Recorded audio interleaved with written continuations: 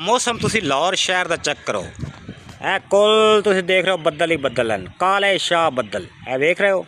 दूसरी साइड ते भी तुहानू दिखाने कि दूसरी साइड ते बिल्कुल साफ हैगा, क्लीयर।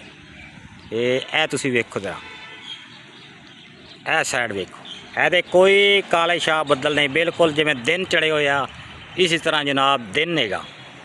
लेकिन जी पहले तुसी वीडियो देखी है उहदे तुसी मजीद देखिएगा कि काले शाह बदल है। दोबारा फिर तुहानू दिखा देने ए वेखो, देख लो ए वेखो।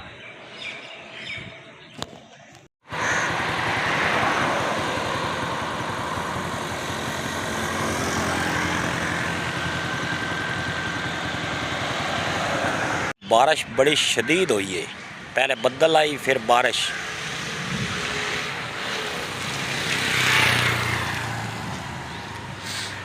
इस साइड तो जनाब बदल आई है वेखो, ते बड़ी तेज बारिश हुई है।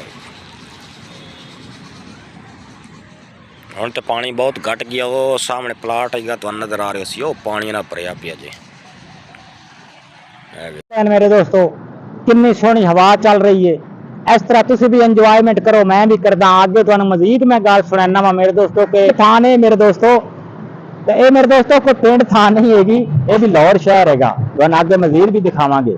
तो इसकी वजह तो फिर मेरे वेख तो सकते हो कितना खूबसूरत बादल है मेरे दोस्तों। वेखो उस्मान, वेखो मेरे दोस्तों, अभी तक मेरे तो रिकॉर्ड कर रहा, ये इनफिनिक्स हैगा। इंशाल्लाह जब आईफोन आ जाए ना, आईफोन का रिजल्ट बड़ा अच्छा होता है। आईफोन पे मेरे दोस्तों रिजल्ट उत्ते चाहिए होंदा है जिते इस तरह वाला वीडियो दिखानी होवे या ओपन एरिया दे विच दिखानी होवे ना, तो बड़ा अच्छा रिजल्ट होंदा है। देख तो सकते हो तो माशाल्लाह उस्मान कितना खूबसूरत हैगा। तो मेरे दोस्तों छोटी जी वीडियो बनाइए, अगर वीडियो अच्छी लगी होवे तो चैनल नू लाइक सब्सक्राइब कर लिया। वीडियो लंबी हो जानी, इंशाल्लाह आगे आगे तुहानू मजीद वीडियो दिखांदे रहांगे।